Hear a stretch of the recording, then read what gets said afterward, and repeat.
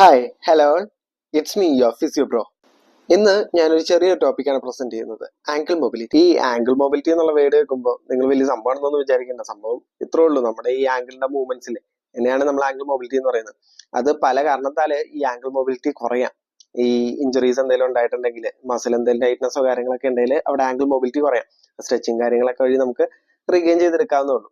അപ്പൊ ഈ angle mobility കുറഞ്ഞു കഴിഞ്ഞാൽ പലതരത്തിലുള്ള ഇഞ്ചുറീസും കാര്യങ്ങളൊക്കെ വരാനുള്ള സാധ്യതയുണ്ട്. അപ്പൊ നമ്മളൊരു പ്രിവെൻഷൻ ആയിട്ട് യൂസ് ചെയ്യുന്ന ഒരു ടെക്നിക്കാണ് ആംഗിൾ മൊബിലിറ്റി സ്ട്രെച്ചിങ് കാര്യങ്ങളൊക്കെ.